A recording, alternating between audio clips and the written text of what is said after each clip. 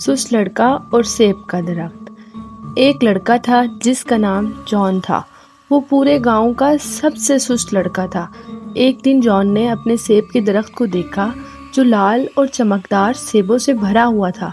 اس کا دل چاہا کہ وہ سیب کھائے، لیکن وہ درخت پر چڑھنے کے لیے بہت سست تھا۔ اس نے گھاس پر لیٹ کر انتظار کیا کہ سیب خود ہی گر جائیں۔